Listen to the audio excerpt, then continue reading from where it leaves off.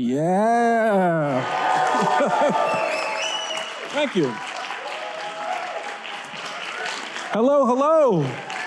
Thank you. So kind. Welcome, everyone. Welcome.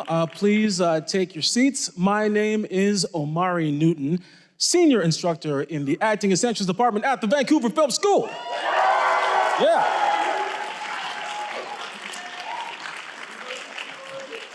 I am the fourth most famous Omari on IMDb. But you're not here to see me, so that's okay. Before we get things started, I want to acknowledge that we are on the unceded territory of the Coast Salish people, that is the Squamish, Tsleil-Waututh, and Musqueam people, and it truly is a privilege and an honor that they allow us to operate on their land. Some love for the Coast Salish people. So, the reason why we are all here tonight, our esteemed guest is a trailblazing director, podcaster, comic book writer, screenplay writer, and personality who first came to prominence in the 90s with the iconic indie film Clerks. Some of you may not know, he is also responsible for adding rocket fuel to the careers of Matt Damon and Ben Affleck as executive producer of the film Good Will Hunting. Little known fact. He is the godfather of geekdom. So much so, he's about that nerd life. He named his daughter Harley Quinn. Ladies and gentlemen, give it up to VFS alumnus, Mr. Kevin Smith.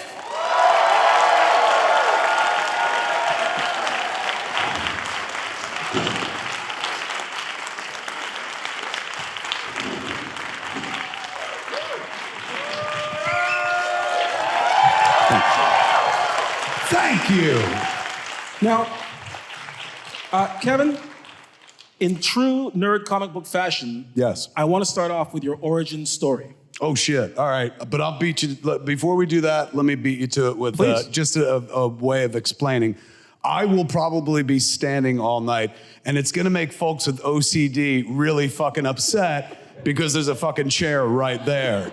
So a lot of people are going to be like, well, why won't he fucking sit? I'm going to tell you why I won't sit, because I always feel it's best to put truth out there, then I can get comfortable and do my shit. This is not to brag or anything, but I just got done shooting a motion picture. We mentioned Clerks before. I've gone so far in my career, I've just finished Clerks fucking 3, ladies and gentlemen. So I've been eating like fucking crazy. And then I was eating all through the edit of the last week. I just buried. I used to, like, all throughout production, I was getting up walking 7 miles a day before we started shooting. But during the last week of editing, I just buried myself in the editing room, which is my office and shit, smoked weed, ate sandwiches, and fucking didn't leave, and was no motility whatsoever except to like go to the bathroom. And even then, sometimes there was a jar right next to the desk. Because that's editing, man. So, like, I've spent a lot of time, this is a bad excuse, but I've spent the last 2 weeks eating and only 1 week of that, like, exercising. So I feel, that's a long way of saying I feel very chubby right now. So if I sit down, you're gonna see 51-year-old gut come falling out and shit. So in my mind, if I stand, I look better. I don't know if that's the case or not, and let's not try to fucking figure it out. So I'm just gonna stand for the evening. Hopefully that doesn't make folks nervous. However, if you're kind of OCD and you're like, he's standing, now I gotta stand, you could feel free to stand up as well. Well, shit. Yes. I'm not gonna sit here with my gut being like, you know. Well, you look good. If I look like you, I'd be sitting in the chair. You look svelte, man. You look beautiful. No, I don't. You sound like my fucking wife, and she's a liar too. Like, she's like, why can't you ever believe me? I was like, I believe you on most things, but not on that. And she was like, you tell me I look beautiful all the time. I was like, but I'm honest. And she's like, how am I supposed to trust you if you don't trust me? And I was like, welcome to marriage, motherfucker. Like, I saw you on Rogan. Yeah. And I saw you reacting. When Louis passed, when our dog Louis died. And of all people, like I was on Rogan's podcast, and I don't know if you guys have ever heard of Joe Rogan. He's a new podcaster. He does okay. When I was, I've been on the show a bunch of times, but one of the last times I was on was, second to last time I was on was when our chocolate lab, Louie, passed away. She's like 14 years old.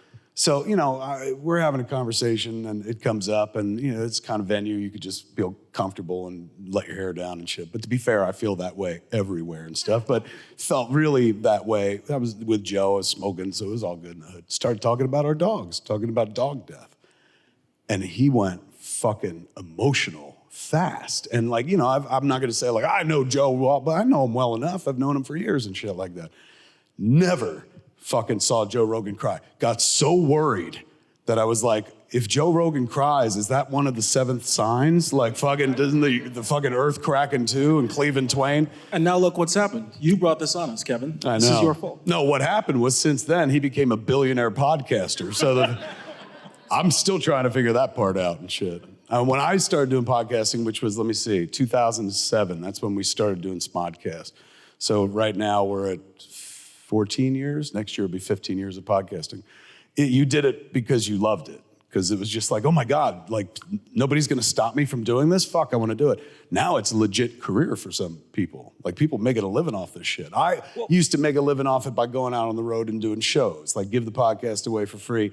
But then if I'm in your neck of the woods, come see me and stuff. But then there are much more brilliant people than myself who have figured out how to monetize podcasting, turn it into an actual career, not just a side hustle, which it always was for me. Makes me feel fuck, I missed the boat on that. But at the same time, I was kind of early. I just didn't figure out how to monetize it and shit. Right. And that's good for the brand, so to speak. I was early with Clerks. Sure. And that carried me for a lot of years. And then I was early with podcasting, and that fucking carried me for a red hot minute as well. Then recently we were we're gonna sell a movie as an NFT, and that fucking also put me in an early place too. It's nice to be early every once in a while, because so much of my career I feel is following others. I'm not standing here today if I hadn't seen Richard Linklater's Slacker. Well, this brings me back to the origin story. Okay. So, August 2nd, 1991. Yes. Right? Tell the people about how that changed your life. You mentioned the film. I go see Slacker at the Angelica Film Center, which is a brand new art house in Manhattan on Housden and Mercer. And I was not a New York kid. I was raised in New Jersey, and if you're unfamiliar with the geography, two completely different worlds separated by a body of water and pork roll, to say the least. So we didn't go to New York as kids. I grew up in the 70s. During the 70s, New York went through this insane crime wave where nobody was allowed to go to New York. And then they created the I Love New York campaign and brought it all back and shit like that. So my parents, they didn't believe the commercials. They were like, no, it's a hellhole. You can never go to New York. That's where you get mugged. That's where people get killed. You know what happened to Batman's parents, shit like that. So New York was always that place over there where all the TV came from. That was where all our networks were. We didn't have New Jersey networks. We had ABC, NBC, CBS was all out of New York feed. All the news stations were out of New York. Broadway was in New York and shit. The only time I'd been into New York most of my life until I went to see Slacker was to go see the circus once before the crime wave hit. My parents took us up on a subway and a train and fucking then took us right out and shit before it got dark. They were just the city is not for you.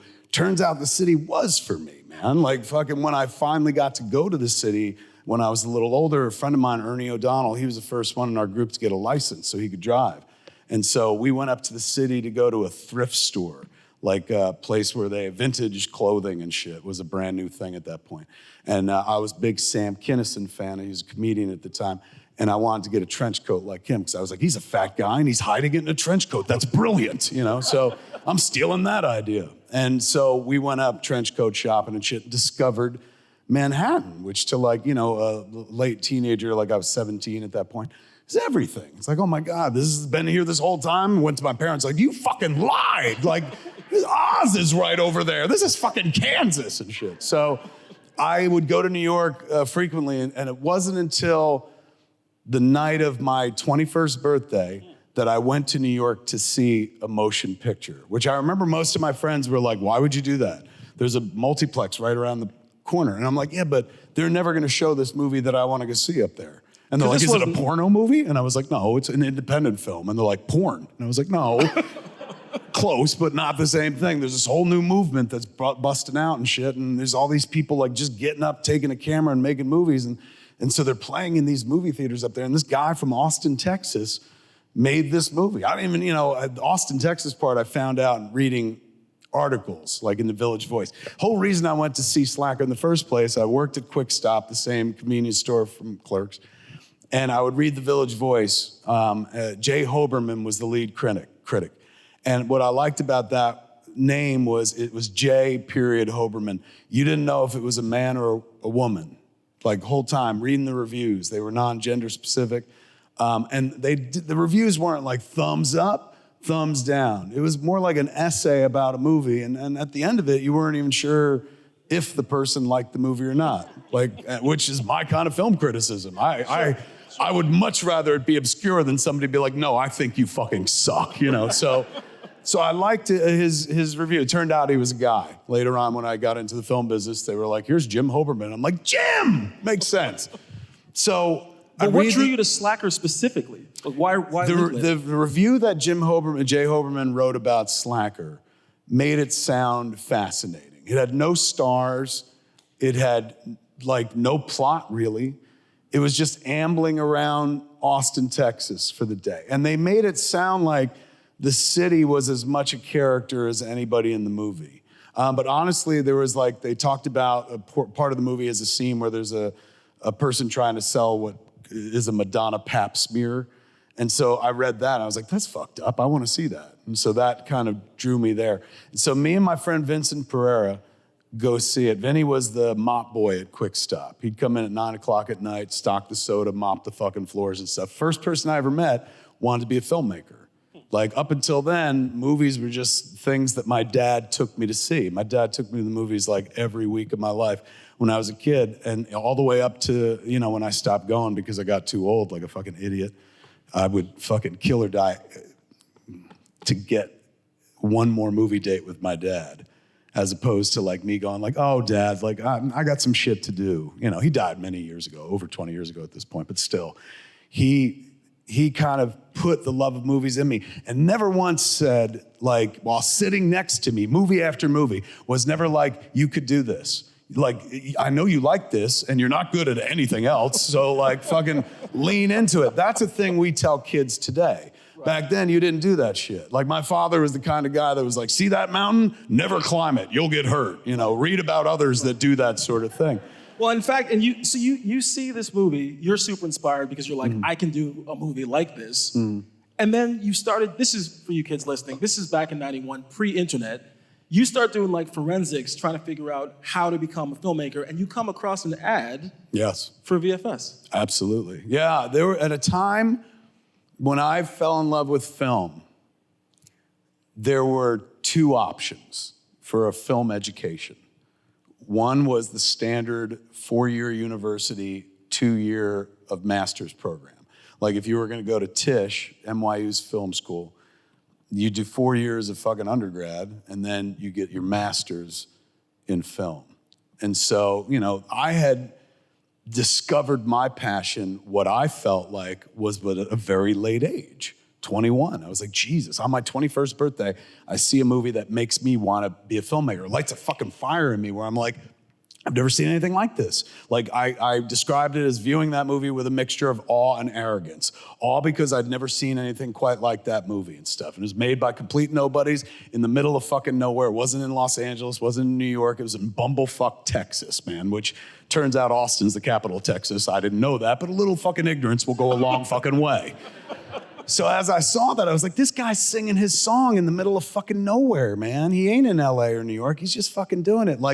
It called to me. And as I was driving home with Vincent from the movie that night, just as we got out of the Holland Tunnel and we were just about to pay the toll to get on the Jersey Turnpike, I was driving and I said, I think I want to be a filmmaker too. Because Vinny, again, was the first person I ever met who wanted to be a filmmaker. We bonded over an interest in David Lynch. Twin Peaks was happening at that point. Vinny was a high school kid who would come in, like I said, to do the mopping of the floors and shit. But he loved cinema. He was my first film school. He was the guy that taught me about, letterboxing, where I was look at these black bars, half the picture's missing. And he's no, that's the correct aspect ratio. And I was no, what are you talking about? That can't be. And then he showed me what pan and scan was and stuff like that. First education before I go to VFS is Vincent Pereira. But Vincent, like, he's young, and if he's gonna go to film school, he's gonna go to like a 4-year film school or something like that. I couldn't do that. Age 21, I was like, I figured it out too late. Most people figure this shit out when they're in their teens, what they wanna do with the rest of their life, and they pursue an education in that direction. So I felt like I was already behind the 8 ball. So I was never gonna go to NYU or one of the big film schools, particularly because at that point, they were very, what I considered expensive. In 1992, it was $25,000 a year to go to NYU Film School. And I was like, fucking $25,000. And that's 1 year, and that doesn't even teach me how to make a fucking movie. So I was like, I gotta find something else. How much were we charging back then? How much was? VFS. Well, VFS was quite the bargain compared to NYU at $25,000. I found the VFS in an ad that was in the Village Voice, the paper I read all the time, How I Found Fucking Slacker. And in the ad, there was a 1-800 number, and I was like, oh shit, it's a free call. Like, fucking, I could call that. I could call it from the convenience store, and I did. I called it from the same phone that Dante uses in Clerks, the payphone. And they was like, we'll send you a package. Give us your address. And I gave them the address. And I was like, how much does this cost? And they're like, well, you'll find out in the package. I was like, no, but roughly before. And the lady on the phone was, well, it's an 8-month program, and that really fucking appealed to me. Because I was like, when you find your passion, you don't have fucking time to get educated or anything. You're like, I want to fucking start, man. Sure. So, I was like, 8 months, that's great, in and out, fuck. And she was like, 8 months, $9,000. And I remember that because that was the pitch to my parents, where I was like, it's 8 months, $9,000. I said, that's almost less than $1,000 per month. And my mom was like, how'd they let you out of high school? That's more than a fucking $1,000 per month. And you also thought that Vancouver was in America and was Vermont. Yeah, we try not to tell people that part of the story, Omari, but it's in the book, Kevin. Yes. Now, in fairness. Yes, there was a part of the reason that I was so confident. I was like, oh, I'm gonna go to this fucking film school, was because I was like, it's right above us. And I remember when I got the package from the Vancouver Film School and stuff, and there's a application that's in that book. That's why I grabbed it here. I got some props, guys. I'm trying to be the Carrot Top of interviewers, so check it out. Yeah, Here is his application right here in his excellent book. The school was really sweet about letting us publish it in the book. That book's a book just come out. It's got like a bunch of shit of all the shit I've been doing for the last like nearly 30 years. But we were able to include that. And it's like the amount of hubris in that fucking application. Like, I cringe when I read it. I'm like, why did they let this kid come to Canada, let alone the film school? Like, what struck me though is your flair for dialogue amazingly comes through in your application. You have a panache in the way that you speak that I know really inspired me when I was a young person watching your movies. Have you always had that? Yeah, I guess I'd always been a writer. Like at an early age, my sister was, I found this composition notebook under her bed. My sister's 5 years older than me to the week. My brother's 4 years older than me to the day. We share the same birthday, August 2nd. My sister's born on August 10th, so our birthdays are within a week of each other as well. My parents love to fuck in election years, apparently. They're big November fuckers, Omari. That's we figured out. We did the math backwards. They're like, well, what is it about Thanksgiving? And they're like, so my sister was always older than me and always kind of the smart one in the family. First one to go to college and shit like that. She had this composition notebook that I found under the bed, and I thought it would be like a journal, some gossipy shit, Dear Diary, whatever the fuck. Opened it up, and there's a drawing, a crude drawing of her and her friends. And not crude, like their tits are out. Crude, like, fucking, like kid would draw, because my sister was like maybe 10 or something. But I could tell, it was like, that's supposed to be Virginia, that's Patty Michalsick, that's her friend Donna. And I was like, what's this? And my sister's like, it's a book I'm writing. And I was like, what? And she's like, I'm writing a book about me and my friends would go on an adventure. It's called The Secret of the Cellar Door or some such shit. And I was so incensed. You know, again, I'm 5 years younger than her. So at this point, I'm 5 years old. And I'm like, you can't just write a book. You have to ask the government. And she was like, why do you think that? I was like, because on our library card that says United States government on it and stuff. And she goes, okay, look, yes, a library is a place that has books. Not every book looks like it comes from the library. Sometimes a book begins in a notebook and then later on gets published and shit like that. She's going, but like, no, you don't have to ask the government to write. You know, if you want to write, you could just write. That's the beauty of writing. It's free. So don't ever let anybody tell you you can't write. She told me this at age 5. So it clicked, you know, for years. It was just something I didn't start until I was about 10 years old. But I found like this big electric typewriter in the house. And, you know, you plug it in, makes a lot of noise. It just felt like you were in Star Wars. Remember, this was the 70s and shit. We didn't have a lot of tech. So this electric typewriter was seductive. You know, it was like, well, this is what adults use. Like I see my parents and my brother and sister use it for schoolwork and shit. But I knew a writer used a typewriter because on all the Charlie Brown cartoons, whenever Snoopy writes, he was writing on a typewriter and shit. I'd done my research, as you said. So I tried writing for the first time when I was like 10 years old. I wrote a story about going to visit my relatives. And it was like 5 pages and turned them all into like very Baroque monsters and shit because I hated going to visit my relatives. And I gave the story to my brother to read. And my brother is the best audience in the world. If you can get him laughing, he starts crying, gets red-faced, looks like he's gonna fucking die and shit. So he did that. Like I provoked a fucking response in him. Like I made him laugh with some fucking words that I had just tapped on this paper and shit. I felt godlike. I was like, I control this puppet. His emotions are mine and shit. So from an early age, I loved writing. This is Scott Mosier, who I met at the Vancouver Film School. His theory was like, you were writing for 10 years before you ever wrote Clerks. Like you were writing stories, and it's true.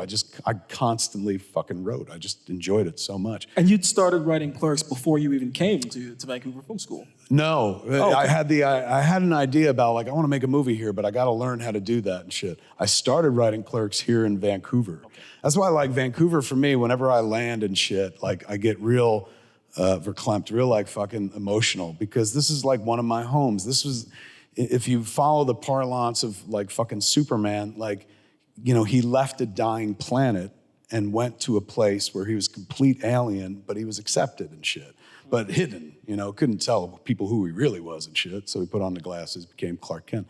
That was Vancouver for me. Vancouver was like me going like, there's nothing but death behind me in New Jersey, which is dramatic, but I was, you know, I was in my 20s. That's when you say shit like that. So, you know, I was like, coming to Vancouver was the bridge to my entire future.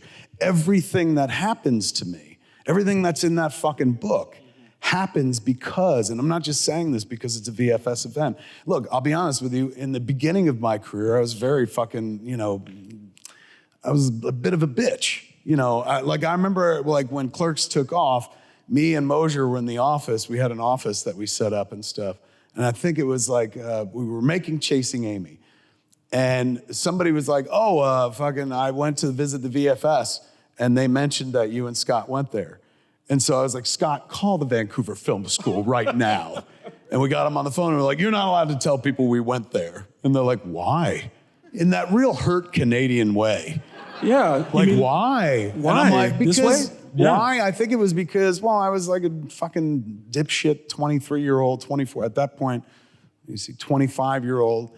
And, you know, we did this. You know, we're indie filmmakers. That was a big part of who the fuck we were. And we absolutely did it on our own. But, you know, I'm 51, and I learned this a long time ago. It's not like I just figured this out recently.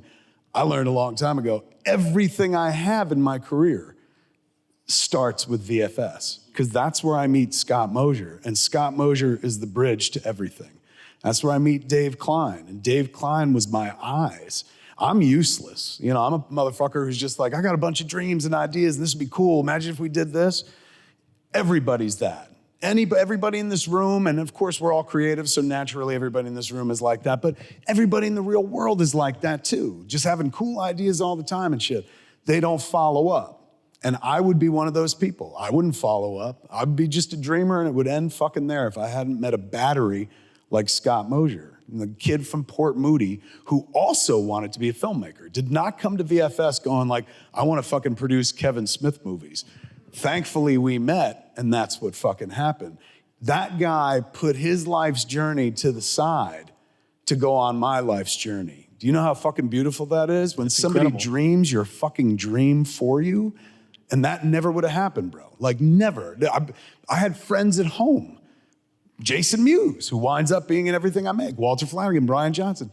Never was there ever going to be any chemistry that allowed us to fucking make Clerks, because none of them had that spark that Moj did. Moj had this similar dream about like, I want to be a filmmaker too. But when I sent him the script for Clerks, like, you know, we met here in film school and kind of fell in love or whatever the fuck. And then I dropped out at the halfway mark.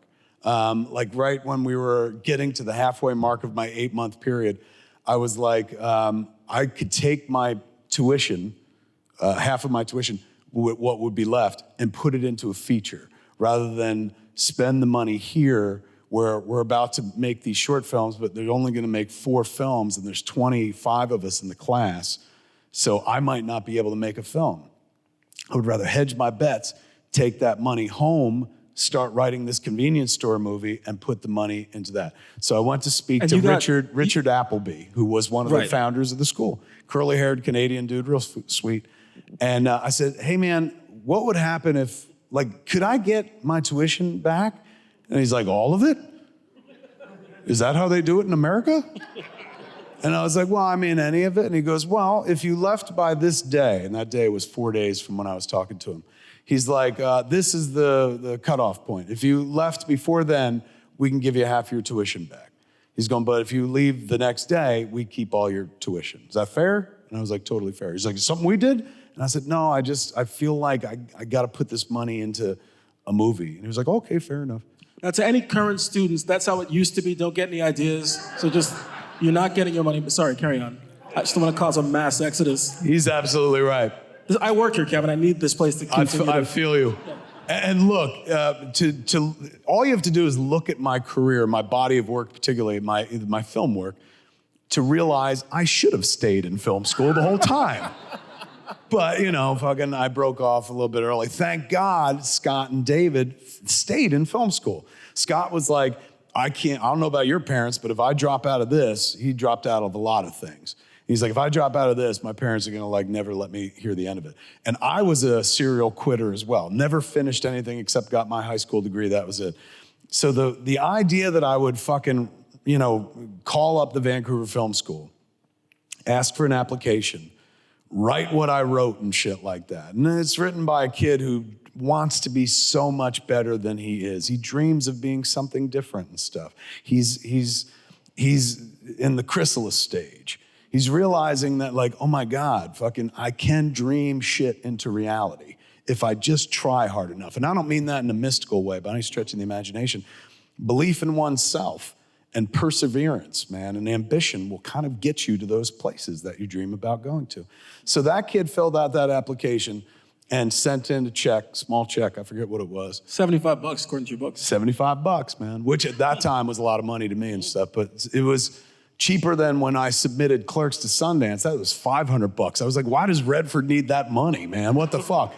So $75 was a check, sent it in, and got accepted. And, you know, I didn't apply to colleges and shit like that really, except one, and I dropped out of that. So I didn't find a lot of acceptance in life. I wasn't shunned or anything, but like, no, there's nobody ever going like, we like the cut of your jib. So when I got the acceptance letter, I was like, oh my God, fucking like, they can recognize the pure filmmaking talent of a person who's never made a film before. Like, they could just see it in my words, my searing words. Turns out they took everybody back then. But thank God. I was class 20. I don't know what they're up to now in film, but there was only one school, it was film, just the film program, and we were class 20. It was very, very early.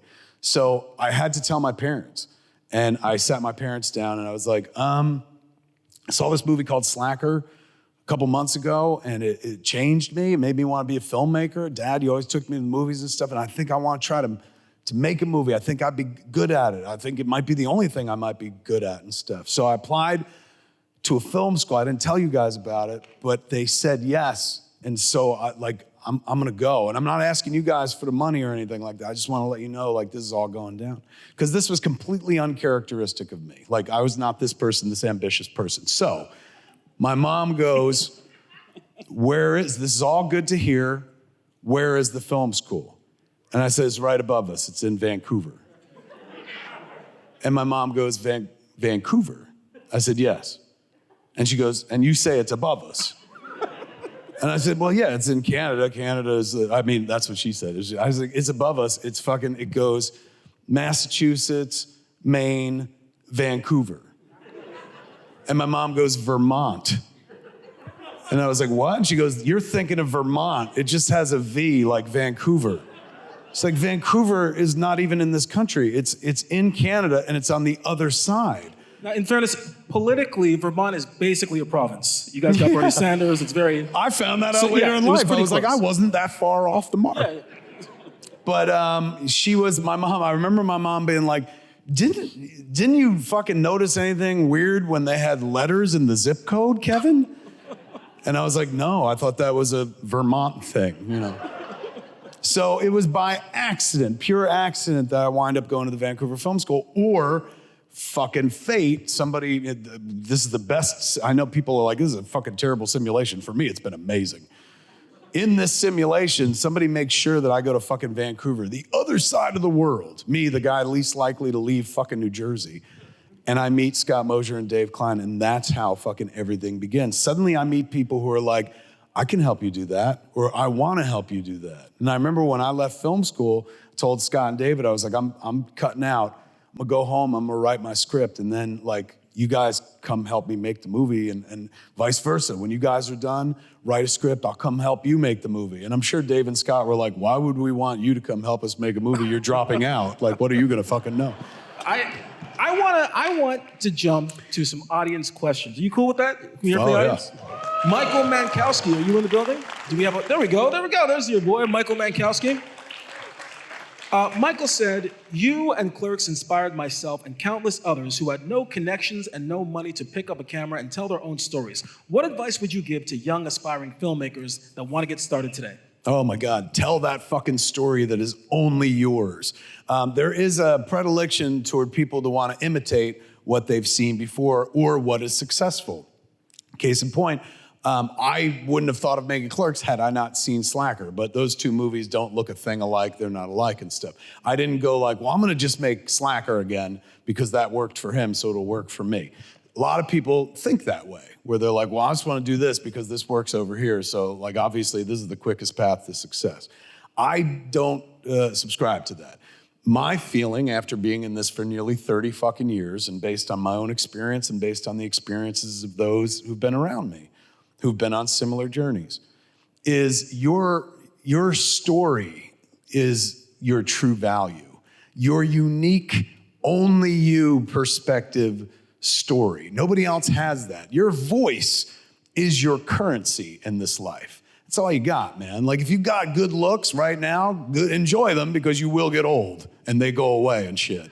If you've got money, try to hold on to it because this life, everyone's all about trying to get it away from you and shit like that. But you know what'll never fucking go away is your perspective. It is so uniquely yours. Your voice is your fucking currency. You need to spend that currency. A lot of people are afraid to do that because they're like, well, what if they don't like my story? Bullshit. They want your fucking story, particularly now. This is something I've been saying for nearly 30 years, and I was saying it back when there was just an indie film movement. We live in a world now where content is fucking king. There are so many places to tell a multimedia story at this point and get paid to do it, which is another fucking bonus that every once in a while comes along with the fucking job. You shouldn't hope for money. We all hope, I guess. I guess you could hope for money, but you shouldn't count on money. The reward, the best reward in this fucking job or any job like this is self-expression. You get to fucking do something that so many people in this world will never fucking know the joy of getting something off their chest and telling the world who the fuck they are and stuff. Writing on the wall that they were fucking there and stuff. People sit in an audience. My father sat in an audience beside me for fucking decades watching movies. Never once was like, we should tell our story, because it just never fucking occurred to him, man. So there are people that will never occur to. Everyone in this room, obviously, we share the same fucking blood, man. Like, it has occurred to us. It has occurred to us that what we have to say is so impossibly fucking important that we'll have to rearrange the universe to make sure that one day people fucking hear us. We'll travel from different countries to get educated someplace so that we could go out there in the world and do that fucking thing that we know deep down that we're meant to do. And if you've ever sat in a fucking movie theater past the movie's ending and watched the credits and weren't waiting for fucking Captain America to pop up at the end of it or something like that, that's a filmmaker who's just never made a film yet. That means you're deeply fucking interested in this art form. If you'll sit there and read those fucking names and be like, oh, what is a best boy? I don't know what a best boy is. I want to find that out. My mother still asks me to this day what a best boy is. Every time I watch a movie with her, I'm like, Ma, it's the guy who blows the best. I didn't know that either. Thank you. We've got a bunch of questions. Inside info I'm gonna give you from the world of film. Most importantly, your story, man, that's it. That's what's gonna make all the fucking difference. It's not you doing a superhero movie, unless it's a superhero movie nobody's ever seen before, because it's a unique perspective that's so yours, not like a Marvel, not like a DC, and there's nothing wrong with that shit. I'm putting it down. That's what feeds me. My favorite filmmaker right now, American filmmaker at least, is Kevin fucking Feige, the guy who's making all them Marvel movies and shit. So I got low-class tastes, according to most people and shit like that. I love mainstream movies and shit like that. I don't make them. I'm not good at that, but I'm really great at fucking consuming them and stuff. But I would never think to make one of those movies that like checks a lot of boxes, because there's limited time in this fucking life, man. And I got stories that I want to tell, man. As much as I love superhero stories and shit, like, they got very talented people to make those movies. Visionary people who know what to do with a fucking camera and stuff like that. Kids coming out of film school who'd be like perfect to take on fucking superhero movie roles and stuff like that, directing that kind of shit. I love watching those, but like the idea of making one of those is like, you know, yeah, that's appealing on some level, but over here, nobody, literally nobody, is trying to make a Kevin Smith movie. Now, Kevin, ironically, I have a question that sort of goes back in the direction of making a Fair enough, but did that answer the question for you? Yeah, I asked you that in 2012. Did I give you the same fucking answer? I quit my job the next day and became a filmmaker. Hey! Son of a bitch. There we go. Do we have Brian R. Morthens, and I'm sorry if I've said I'm not even gonna ask you if it worked out, because it did work out. Like the fact that you fucking went after it and that you're doing the thing that you love, the world's that much fucking better because of it.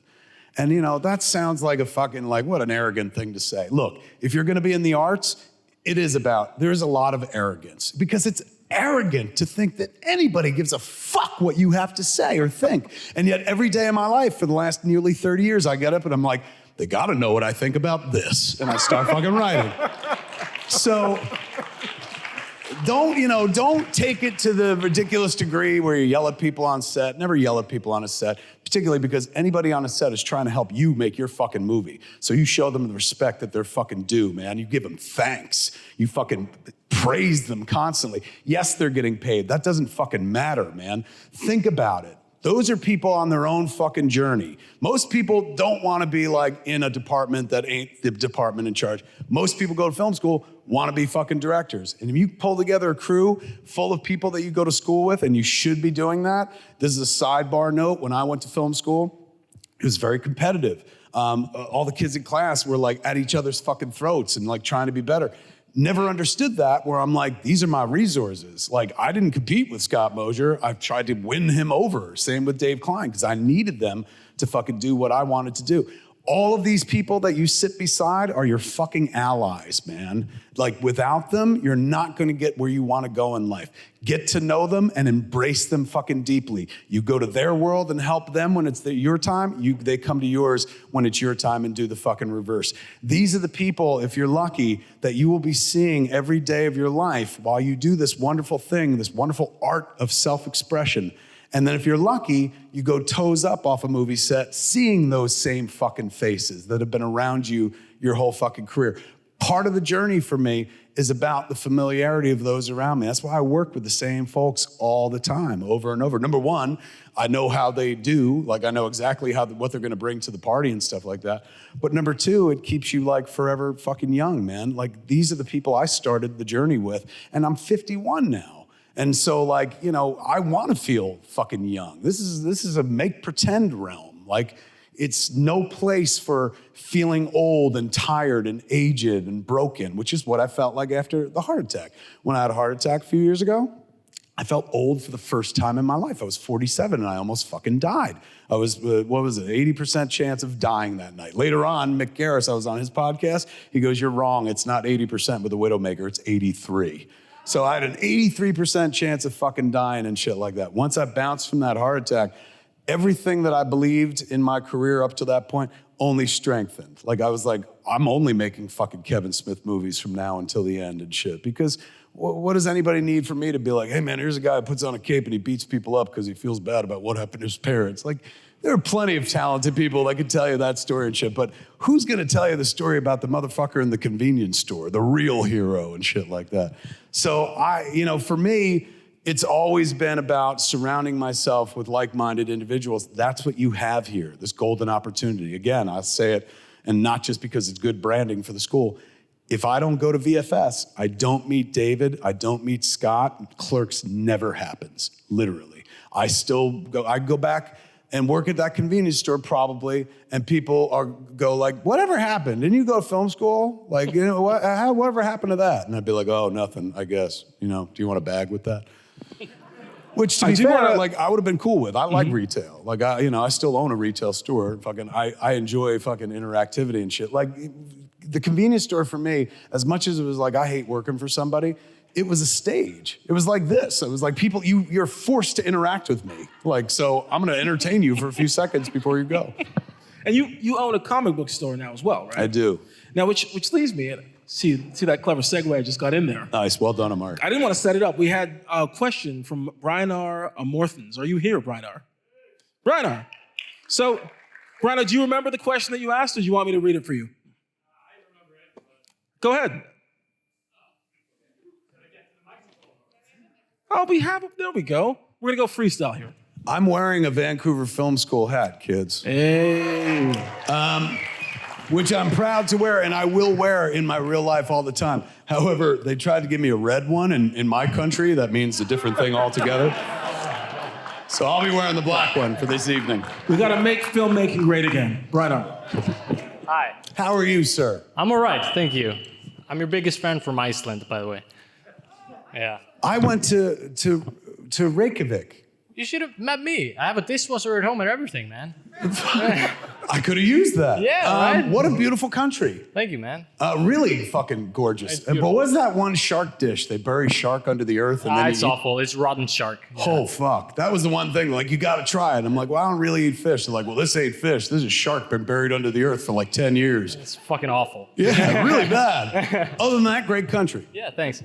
My question is, if I was dying and I had to read one last comic, what comic would you make me read? And also, who is your favorite superhero of all time and why? Wow, both answers are kind of similar. I would recommend you read The Dark Knight Returns by Frank Miller, the seminal Batman story. That for me has been a Bible for many, many years. And not because like I love stories about fucking dudes in outfits who beat the shit out of chain snatchers and shit like that. More about the opening page of that book I find so compelling. It's an old Bruce Wayne, you know, with a big bushy mustache. He hasn't been Batman for like 10 years. He's been retired. He's racing around on Ferris raceway track in like an in one of those cars. I don't know what they're called. Race car. Fuck. So he's like top speeding it and shit, and you know he's talking about how the vehicle is starting to give, it's not going to hold and shit, and he's just like, you know, if I don't fucking turn, the vehicle's gonna wind up like in a fucking blah blah blah. Very eloquently put way of saying the car is gonna fucking explode and he's gonna die in a fire. And then he has this line which I absolutely love. And he goes, "This would be a good death," which I was like, oh, what a great fucking line. But then the next panel, he says, because this would be a good death, and it's an ellipses, ... And then the next panel, he goes, "But not good enough." And he turns the wheel, and the story begins. Because if he doesn't turn the wheel, the story ends on fucking page 1. And he was content. This was a dude who was like, this is it. This is what I've been looking for my whole life, a good death. And this would be a good death, but not good enough. And he just fucking lives that much longer to go on the greatest fucking adventure of his life. So I love that book. I would recommend it. If somebody was dying, I'd be like, read it quick. But but I would recommend that. And hands down, my favorite superhero is Batman, for the same reasons that a lot of people tend to like Batman. The one that we can most relate to in terms of, like, you can't be Superman, you have to come from a different planet. You can't be Wonder Woman, you have to be built from fucking clay. You can't be Green Lantern, you need a magic fucking ring. But in order to be Batman, your parents have to die, and all of our parents die eventually. So we all identify with Batman on some level. And also Batman represents, like, the overcoming fucking grief and how to, obviously he does it in a weird fucking way, but still it's his process and whatnot. And also, like, what I love about every costumed Avenger story, it appeals to me on the level of, number one, I was raised Catholic, so I love stories about good versus evil and shit like that. But number two, I love any story where the worst thing in the world is fucking happening and everybody is running from it, rightfully so, screaming, panicked, fear, terror, and fucking one person or a couple, a handful, dressed very colorfully, are walking right toward it. Like, I love that shit. I can't make that story, but, like, that's the story I love to consume. I was just at a panel with Neil Gaiman and a few people from the Sandman Audible series, because they're doing, like, the second season of the Sandman Audible series. That was a very casual, epic name drop, Kevin. I was like, just name dropping, like whipping out a huge cock. I'm like, Neil Gaiman. Which I didn't even think was a big name, but he is kind of huge now. He's got like fucking 9 shows and shit. Yeah. But Neil's always been, like, I've always thought of Neil as a god, because before I made movies and shit, Neil was writing comic books. And so when we did this panel the other day, because I was on the panel because he asked me to be Merv Pumpkinhead in this Sandman Audible series. And I was like, oh my God. So I was on the panel with him as a guest, not as the moderator. Generally, I'm the moderator guy. But I told him, during the panel, I was like, before I went on my creative journey, the last things that I was consuming creatively was the work of Neil Gaiman. It was like Good Omens, it was Sandman and stuff like that. I was like, and that shit has sustained me for the better part of nearly 30 fucking years. Like, you were the last thing I ate, man, before I went off and did what I just fucking did. So that's some powerful fucking art. You looked me right in the eyes when you said that, and I had a sprite. You, Omari, yes. I just want to jump to an audience question here. Raiden Randell, are you in the building? Raiden Randell. Raiden. And awkwardly, no. Do I have Ayala Seymour? Or Ayla Seymour. Step up to the mic, Ayala. Come say hi to Kevin. Or don't, if you don't feel pressured. Oh. Well, we'll go Raiden and then Ayla. Well, maybe Raiden. you guys should fight it out. We couldn't see you, Raiden. Come on down, Raiden. Why don't you both do? Well, don't socially leave, Ayla. distanced, though. Hey, how you doing? How are you, Captain? Fantastic. They wrote you off for dead, but then they were like, he's fucking here. That's fine enough. Oh, there we go. My question is, how important is your name when starting out? Define name. Yeah. So when you put out Clerks, and folks were looking at your project and they said, oh, okay, let's look at the people behind this. And they saw Kevin Smith. You have no idea, but you're getting at, like, the root of all my depression, where I'm like, I should have changed my name. It's such a boring ass fucking name, man. Like, and my ex-girlfriend, I always, like, to this day, I wish that I had taken her name. Her name is still, well, no longer. She's married. Her name was Kim Lochran. Now it's Kim Garby. But Kevin Lochran would have been a filmmaker people respected. You know what I'm saying? But Kevin Smith, they're like, oh, it's fucking Kevin Smith. He makes them Kevin Smith movies. But Silent Bob, though.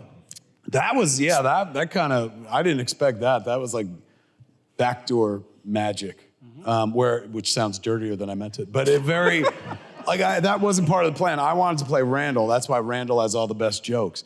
But then I realized I couldn't memorize shit, so I gave the part of Randall to Jeff Anderson. And then I was like, well, if this is the only movie I ever make, I at least want to be in it. What part can I play? And I was like, fucking Silent Bob's got no lines. So I took that part away from Michael Bellicose. Michael Bellicose wound up being the guy in Clerks where Dante's like, 37, my girlfriend sucks 37 dicks. And he goes, in a row? That was the guy who was supposed to be Silent Bob. So I took the part away from him. I was like, Mike, I'm going to do it. He's like, I don't care.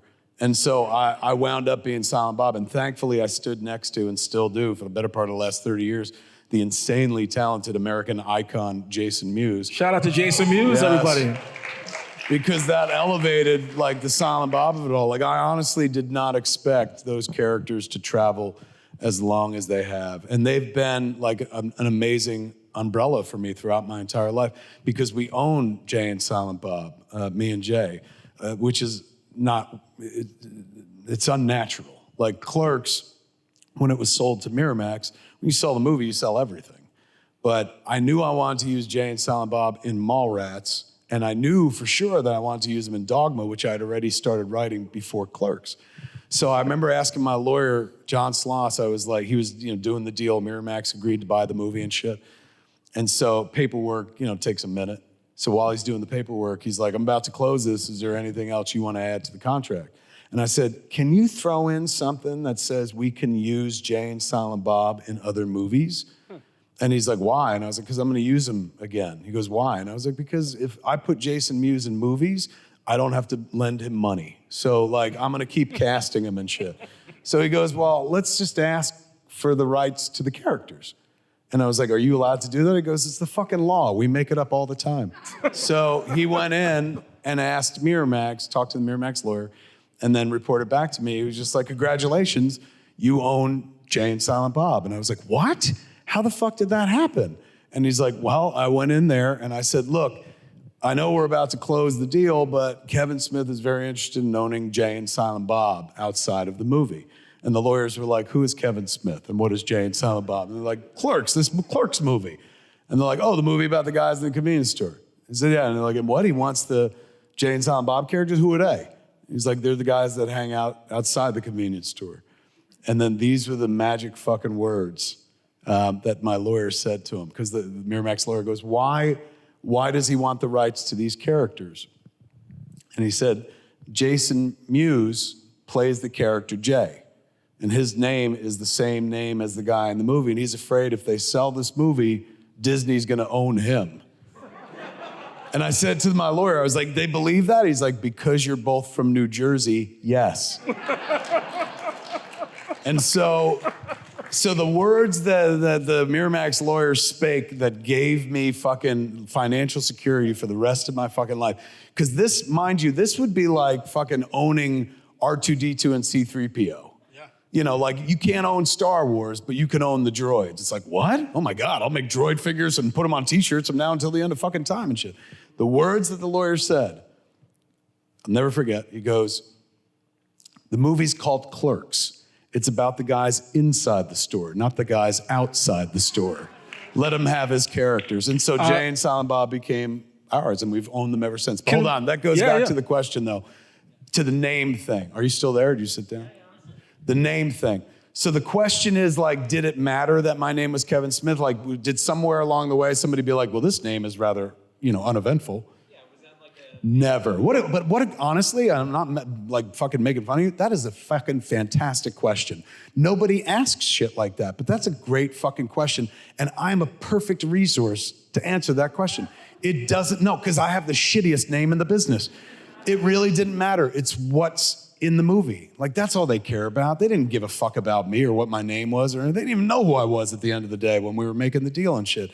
It's the content of the story that you're telling. So know that you have the security of like, well, my name ain't gonna get me thrown out of the business, or unless your name is like A. Hitler, change it. But it's for me, it's personally never been an issue, and I've never heard of it being an issue. What is your name? My name is Raiden Lee Randall. What are you, fucking nuts? Like, that is so fucking metal. That's like a rock star. That's a fucking, like, that's a superhero name. Stan Lee could have come up with that name. It's alliterative and perfect. Yeah, no, believe me, you're never gonna lose a job because of that name. People will remember you because of that name. Stay away from Smith. So you stole that IP from Miramax. We Or asked you for took it. So We asked for it. The Lord gave it to us. But you made millions off it. I mean, well, The point I'm nobody's ever put it like that, but I have, as a matter of the fact. point I'm getting to is shout out to Kevin Smith for kicking Harvey Weinstein in the balls before it was cool. My man, respect. Honestly, I do wish that I could claim the hero role on that and shit, but like, this is something that I'll grapple with for the rest of my fucking life. I have a career because of that guy. That guy. Like, it's very easy for me nowadays to tell the story and be like, Miramax bought our movie. Because that's true. Miramax did buy our movie, but Miramax was one fucking guy. Right. And it's very convenient not to say that fucking guy's name anymore and shit. But it's weird having my world wrapped up in something so fucking repugnant. And I said it when it happened, when it outed in the New York Times and stuff. Like, had I known, if somebody could show me the fucking future and be like, this is all the shit that happens, never mind like Clerks gets picked up. Like, you're gonna wind up with your feet in the cement at the Chinese theater, standing next to Jason Mewes for all eternity or until fucking Hollywood crumbles and falls into the sea. Your fucking footprints are gonna be there. Like, that would have bent my mind as a child. Sure. But if they then said, this is the bill, and the bill was that, like, people I never met or never knew, like, fucking got taken advantage of, fucking raped, shit like that. I swear to God, I would have been like, it ain't worth it. I was raised in a different way, man. Not just Catholic, but just Christian as well. It's like fucking the idea that, like, people like me had dreams and entered that business like I did with dreams. And nobody fucking made me touch anything to get to my fucking dream. You know what I'm saying? Like, they were like, oh, your merits did it. And yet there were other people that they didn't get to touch their dreams based on merit and shit. So it's something that I'll carry around for the rest of my fucking life and be like, well, like, we're inextricably linked in as much as that. Your first company was called the Harvey Boys, right? Second Your company. second yeah, company. when we made Red State, oh God, yes, how sad. When me and John Gordon made Red State, John and I had worked at Miramax together for years. He was our creative exec and stuff. So when I think of Miramax, I think of John. Like, I never really dealt with Harvey. I saw Harvey whenever we pitched a project, but that was it and shit. John was Miramax to me. So John and I, broke away from Miramax, and we made this movie Red State, and we needed to name our company something, and so we went with the Harvey Boys, and we thought he'd be so fucking proud of that and shit like that. So we have a screening up at Sundance. This was one of my last interactions. I think this is my last in-person interaction with Harvey Weinstein. So we had a screening up at Sundance, Red State, at the Eccles Theater. It's like 1,600 seater and stuff. And I'd made a big deal about, like, we're gonna auction the movie off in the room and shit like that. And it became a big circus. The Westboro Baptist Church showed up and they were picketing. And then thanks to the internet, I realized, like, there was I remember seeing this thing of some guy dressed like a stormtrooper standing next to these God people holding a sign that was ridiculous. Something like, fucking God hates Vader or some sort of shit. So I was like, that's hysterical. So I started trolling the Westboro Baptist Church. So they came with signs. We came with better signs and shit. God hates critics, shit like that and whatnot. So it was a big circus. And then at the end of the day, we bought the movie ourselves for $20 and toured the movie and blah, blah, blah. And the industry got very fucking mad at me for doing that because they thought the movie was in play. They thought it was for sale. And instead, like, they felt like I'd used them to trump shit up and whatnot. So that screening is happening. And I'm in the back of the Eccles Theater, and there's the door is a curtain. And beyond the curtain is the lobby. And this is a high school, generally speaking, that just happens to have a very large auditorium. And they built it like, I guess mid-2000s and shit. And then they started having screenings up there because the place is so huge. The biggest theater they had in Sundance up till that was about 300 seater at the Egyptian. So suddenly having the ability to do a 1,600 seater was fucking impressive. So I'm sitting in the back of the theater and watching the movie. It's the first time anyone's seen the fucking movie. And it's a bidding situation. People think it's gonna be a bidding situation. And I hear somebody fucking talking in the hallway beyond that curtain, real fucking loud, obnoxiously loud, while my movie's playing, and my movie's quiet at this point. So I fucking like move the curtain over, and sure enough, it's Harvey. Harvey's there and he's barking at some fucking underling and shit. And so, you know, I fucking closed the curtain and shit, didn't want to talk to him, watching the movie. And then I'm hearing him again. He's just fucking loud. And if I can hear him, that means people in the first, like, well, the back 10 rows can hear it too. He's distracting from the fucking movie. So I did not have this, you know, I didn't have the Quentin relationship with the guy where we were tight and shit like that. You know, Miramax, the house that Quentin built, we were like cute pets. Like, oh, there's the Clerks guys. They do the Clerks type things and stuff like that. So, you know, I didn't have a relationship with him where I could do this, but I didn't give a shit at this point. So he's talking so boisterously. I open up the curtain. I swear to Christ, this is a true story. I go, hey. And he looks over at me, and I go, shut the fuck up. and like, I've never seen him be so mad. He fucking fire in his fucking face. I said, yes, shut the fuck up. I was like, I would never do this to you at one of your fucking screenings. I'm playing a fucking movie here. Shut the fuck up. And I closed the curtain and leaned against the wall and waited for him to come through the curtain and beat the shit out of me. Because he was a fucking hostile dude. He didn't care who you were, like creatives. Like, he would just throw you against the wall and shit like that. So I was waiting. I was fucking like, here he comes. It's coming through and shit. And then I'll be honest with you, on one part of me was like, I don't want to get punched. The other part of me was like, this is going to get so much press. Take the punch. Take the fucking punch. Plus you could sue him. You get rich. But he never came through the fucking curtain and shit. So that was it. That was the last time I saw him in person. So the props stand. You told Harvey Weinstein to fuck off. Thank you very much. Yeah, but no. Respect No. to you. We did have Ayla Seymour had a question. I want to get back to Ayla if you were still here. There we go. Shout out to Ayla. Hey, Kevin. Hi. So my question is, best and worst audition, and what did you learn from each experience? Am I the one auditioning or somebody else auditioning? Because Either. I've done both. Either or, either, whatever you want to speak about. What was the best audition I ever saw? The best audition I ever saw technically wasn't an audition. It was Michael Parks. First time I saw Michael Parks in From Dusk Till Dawn. 1995, we go to the Laemmle Sunset 5, and they're having an early screening. Bob Weinstein, the other Weinstein, the not as bad, but still pretty bad Weinstein. Bob was like, do you want to come and see Quentin and Rabbit's new picture? That's how he talks. And I was like, fuck yeah, man. Me and Scott went. We knew it was a vampire movie and shit. What we didn't know was that the first 10 minutes are owned by Michael Parks. Comes in, plays what was his name, Sheriff? I forget. But he's the cop that comes into Benny's World of Liquor, has a long conversation with the guy behind the counter while the robbery's kind of in progress and shit like that. I'd never seen him before in my life. And I was like, that's not a performance. Like, there was only one other performance I ever saw in my life that did not read like a performance at all, where I felt like that's a real human being. That's not an actor.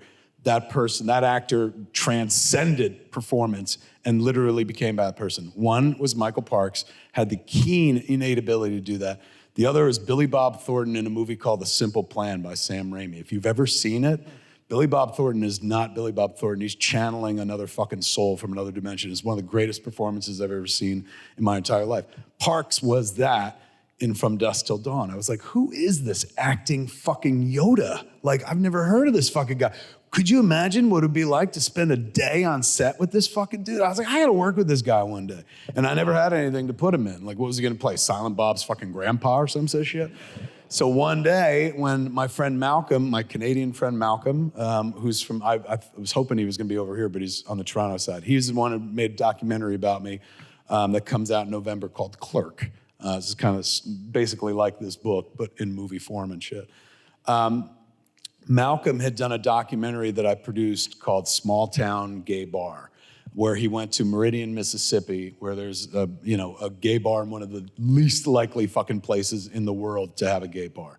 Malcolm is a bear himself, which I don't know if I used to have to explain what a bear was, but I think most people are kind of like, In he's Vancouver, a big guy that fucks other guys. It's Vancouver. Everybody knows what a bear is. Yeah.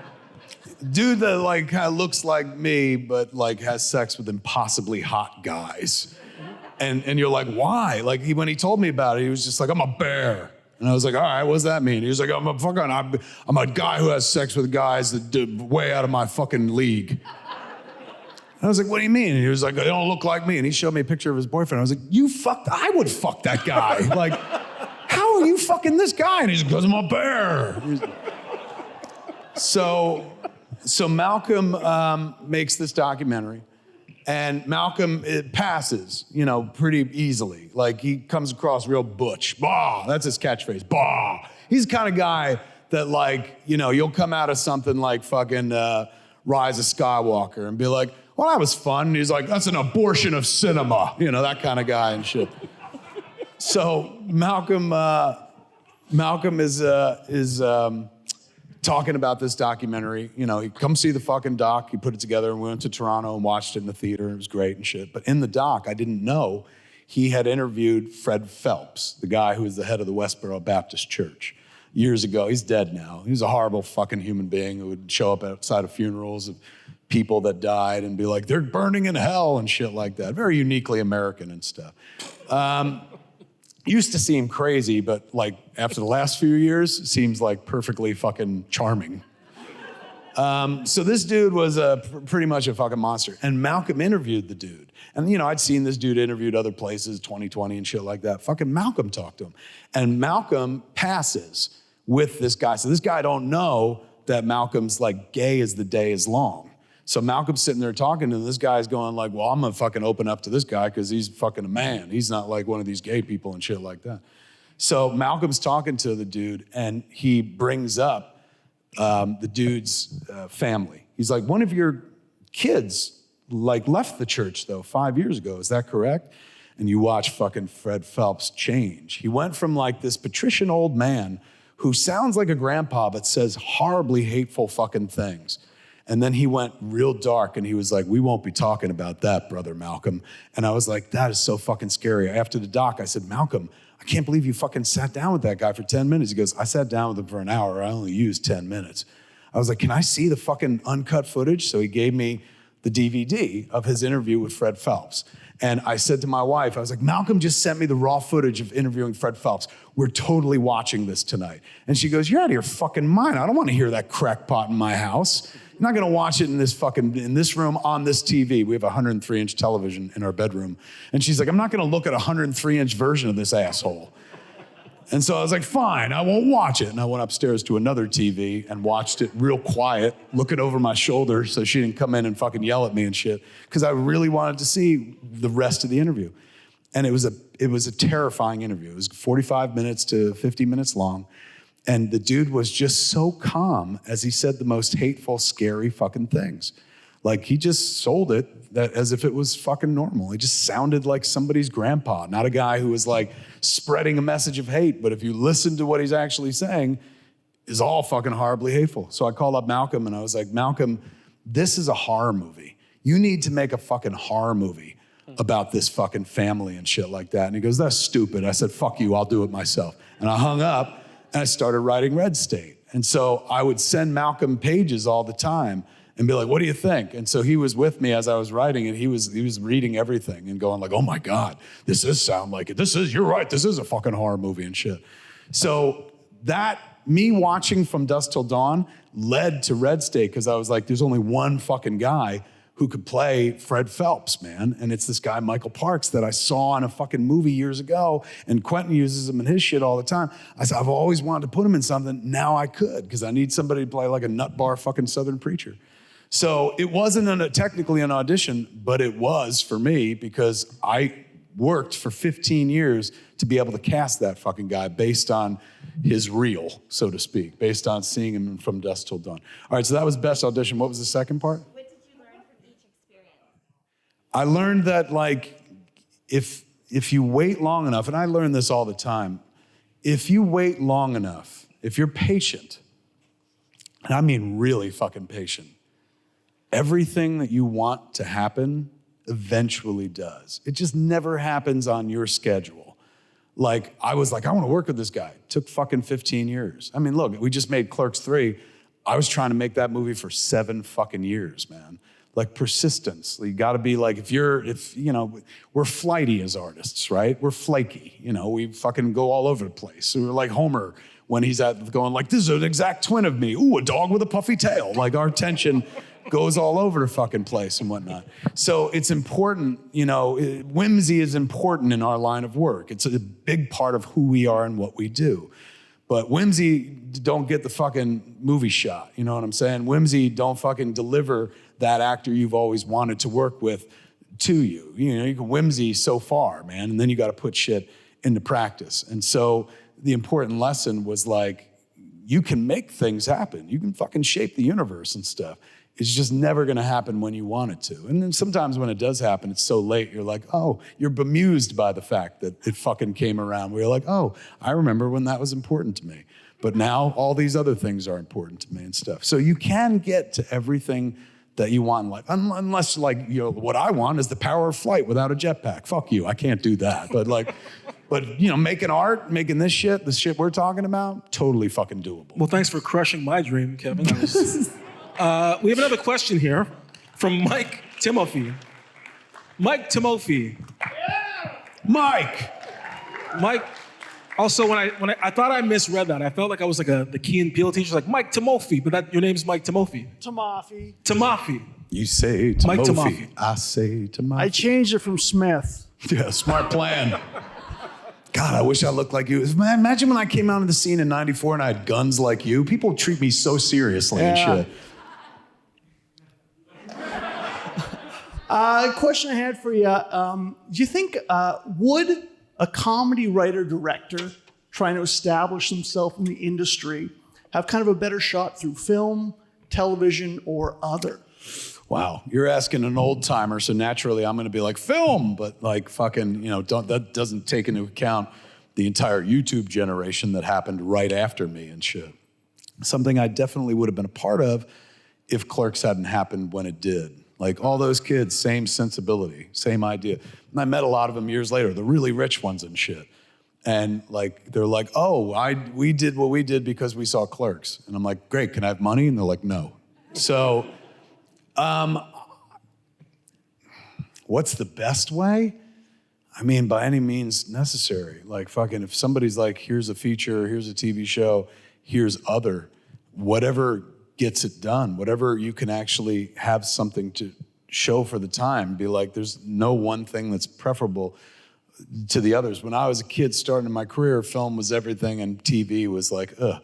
Now it's vice versa, man. Like they're making way better TV than they're making movies. So there's no one that's better than the rest. If you get an opportunity to do any of them, seize it and lean the fuck into it and stuff. Whichever one of those avenues shows even a glimmer of fucking hope and success, lean the fuck into that, like big time. It doesn't mean like ignore everything else, but if something's working, that means it could work you toward the thing you really want to do. Does that count? It sounds like a cop-out answer, but I did make a cop-out. I'm shocked to hear an indie film icon openly say that TV is where it's at now. And I'm curious, what TV show are you like watching? What are the shows I think that like inspire most you? people in the world, I'm watching Ted Lasso an awful lot. Like, but yeah, I mean, I don't watch everything. Like Jason Mewes does. He literally consumes every new program that comes on.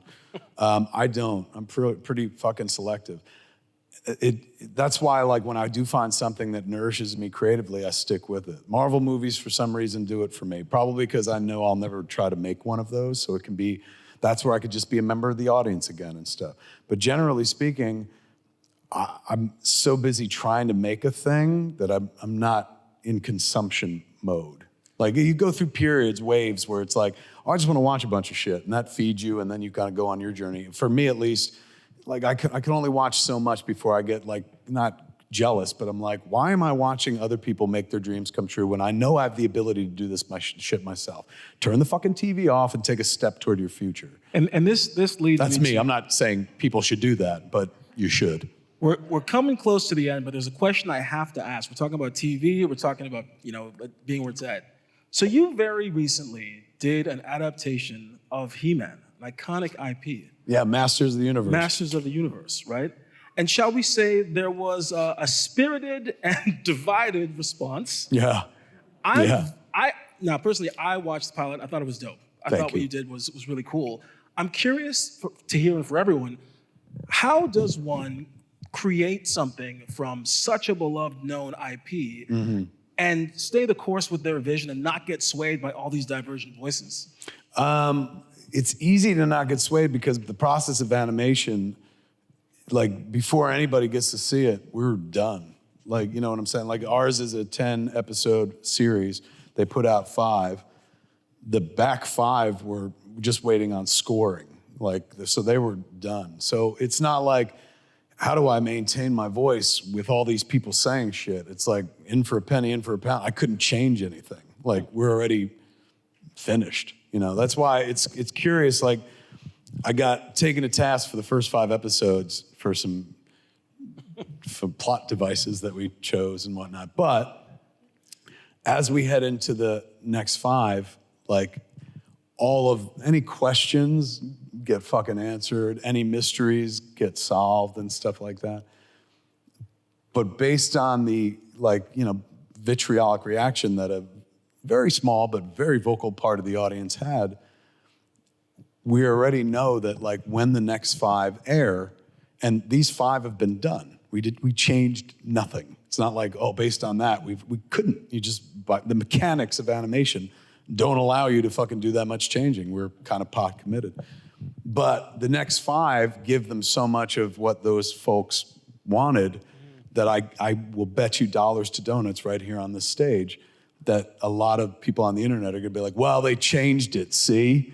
Right. Like they heard us and they fucking changed it, just like Sonic. We have the power. And if that's what they want to believe, that's fucking fine. But that's not realistic. It's like, we couldn't have changed it if we wanted to. So it's not even like, how do I maintain my voice? It's like, I had no choice. Like if I went to Netflix and was like, I want to change some shit, they'd be like, that fucking train left a long time ago, man. Like, no, we can't do that sort of thing. Now, does it bother you? Yeah, that bothered me a lot, to be honest with you. The vitriol. Oh God, yes. I loved what we did. Like I literally loved that Masters of the Universe show. I still do. And I know the back 5 are like fucking fantastic.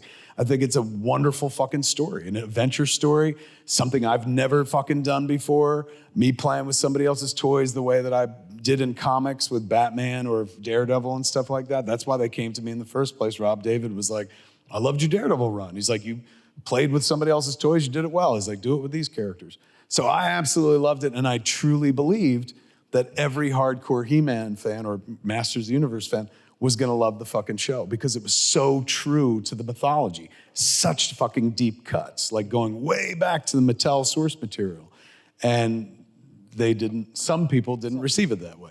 A lot of people did, received it the way we intended, but a very, very vocal part of the internet went after it hardcore. Now, some people were like, what do you give a shit? The people went after it aren't people that you want in your fucking corner anyway.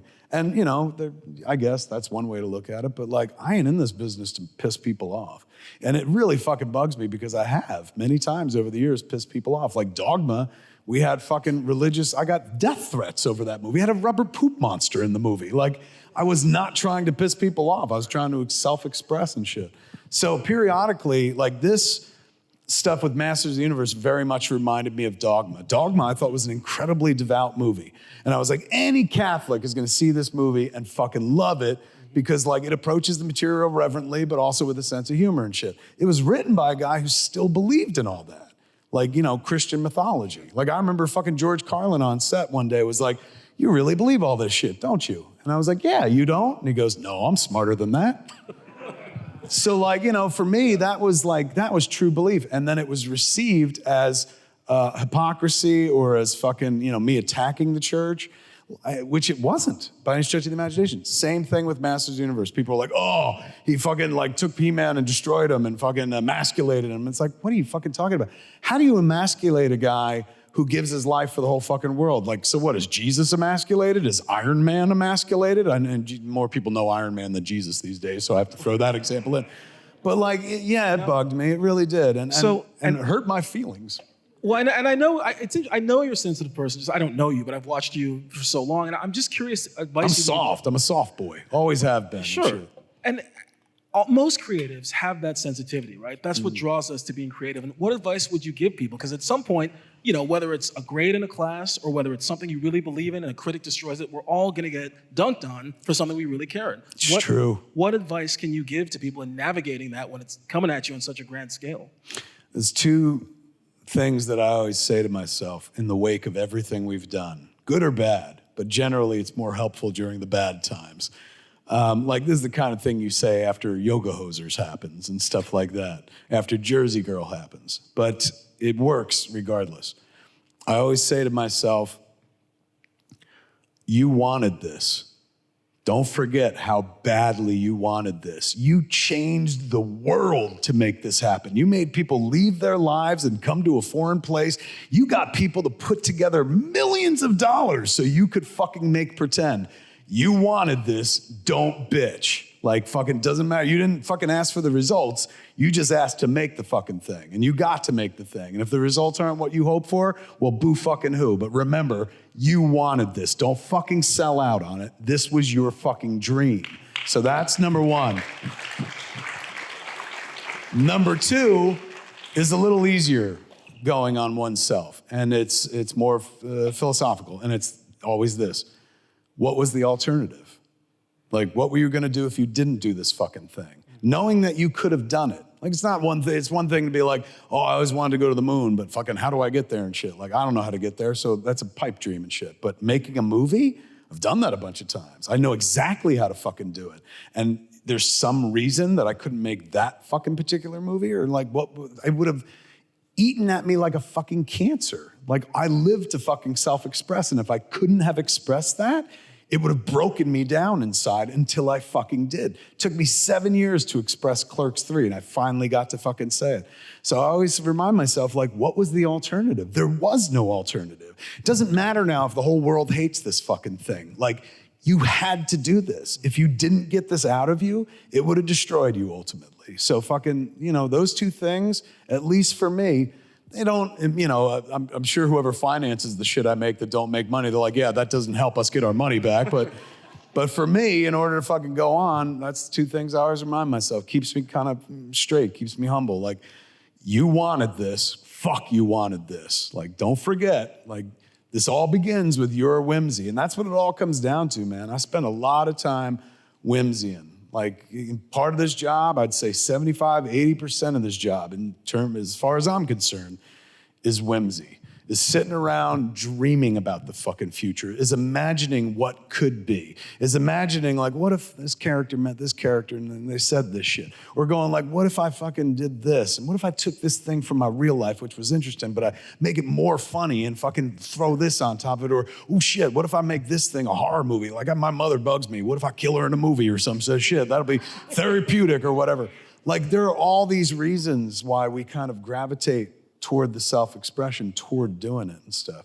And I, you know, for me, I can't think of anything better to do in this life. You know, I guess I could help others, right? Try to come up with a cure for cancer and shit, but I don't have those tools. I'm not that fucking smart. What I can do is give somebody who's got something bigger to think about, like cancer, a couple hours off. You know what I'm saying? 90 minutes to forget about that fucking shit. And that's the best part of this fucking job, kids. This is why you want to pursue this until you're fucking dead and never give up on this sort of thing. Not because of the money, not because of the fame, although that stuff is fucking nice and whatnot. It really comes down to this. If you put yourself into the work, if you tell your story, if you spend your currency and make it yours, give the world your perspective, not a version of somebody else's and stuff, I guarantee you, you will have this amazing fucking moment happen to you more than once in your life, because it happens to me No bullshit, at least once a week. Somebody will come up to you and they'll start saying something nice about something you've done. And you'll be accustomed to this at this point. And you don't take it for granted, but you know how to respond to people like that all the time. Like, oh my God, thank you. And put yourself down a little bit and shit like that. All those things that you normally do when you interact with somebody that likes your work and stuff. And then this person is going to tell you how that thing that you made, that goofy ass fucking thing that you're like, wouldn't it be cool if we did that and shit, saved their fucking life. And they're gonna tell you a 10-minute story about how they were gonna be dead were it not for your fucking self-expression. And that's what makes it worth it. I had no idea that was part of the journey. When I started this shit, I just wanted to get shit off my chest. I saw people doing it, and I was like, they're people just like me, making independent films. They're not fucking geniuses or rocket scientists. Like, why not me? I want to do the same fucking thing. But once I got to do it, like the fucking results, man, like were beyond my ken, beyond my understanding. You know, of course I went into it looking for low personal glory, and then I fucking walked out of it and dwell in it now, knowing that, like, you know, I'm not saying my work is important. It's fucking frivolous, like any fucking piece of entertainment. But I know how important frivolous entertainment can be to people at desperate times in their life, and even in happy times of their fucking lives and shit like that. I meet so many people who are like, my father loved you and introduced me to your fucking work, and we watched all your shit together. He passed away. But that's my connection to him still. There was a guy fucking who like wrote a fucking tweet that was just like, I used to watch this with my mother after school every day. My mother's dead, and watching this brought her back to me. Shit like that is why you do it. Like, the money's nice and it pays bills, but you can make money doing a lot of things in life that don't require you to fucking give a lot of yourself. And that's what this job requires, man. The people who do it really well and connect with audiences over and over and over again, they give of them fucking selves. They put themselves into the work. Like I said before, your voice is your fucking currency. There's 2 paths in this life, kids. That's it, as far as I'm concerned. Been around 51 years. This is the way I see it. 2 fucking paths: creation and destruction. And destruction is always fucking crowded. You can't get up there, man, because it's easy to tear shit down. It's easy to do nothing. It's easy to scoff and fucking mock and shit like that. So don't travel those lanes. Creation lanes, wide open for miles, because it requires you give something of yourself that not everyone is willing to do. And, you know, it's what I used to describe it as when I was a kid was like, what was it? It was, it's so fucking stupid and Tony Robbins, but a reasonable amount of unreasonability. That's what you need the most in this job, because reasonable people don't go like, well, I'm gonna ask for millions of dollars to tell a made up fucking story. That's not fucking reasonable in life. You wanna tell a story, tell your fucking story and move the fuck on and shit. But a reasonable amount of unreasonability is all you need to take you very far. Just enough to be like, yeah, I understand how the world normally works, but I also understand that fucking if I apply myself like I've seen these people do, I could probably get to a place. And I stand here before you not as a fellow alumnus who should inspire you because I went to VFS, although as previously mentioned, without VFS, I wouldn't even be standing here today having this discussion with you and stuff. But I say this to you as a fellow fucking creative, as somebody who gets to fucking, who knows your language, who knows what you're feeling, who knows how irritated you are sitting in the audience having to listen to me fucking talk when you're like, I've got way better shit to say. You're right, you do, you know? Like, and now's your time to fucking train and figure out how to do that and spend the next 20, 30, 40, 50 fucking years telling everybody exactly who you are and what you think. Saving lives, touching lives. Go ahead. And thank you. Yeah, let's show some love for that.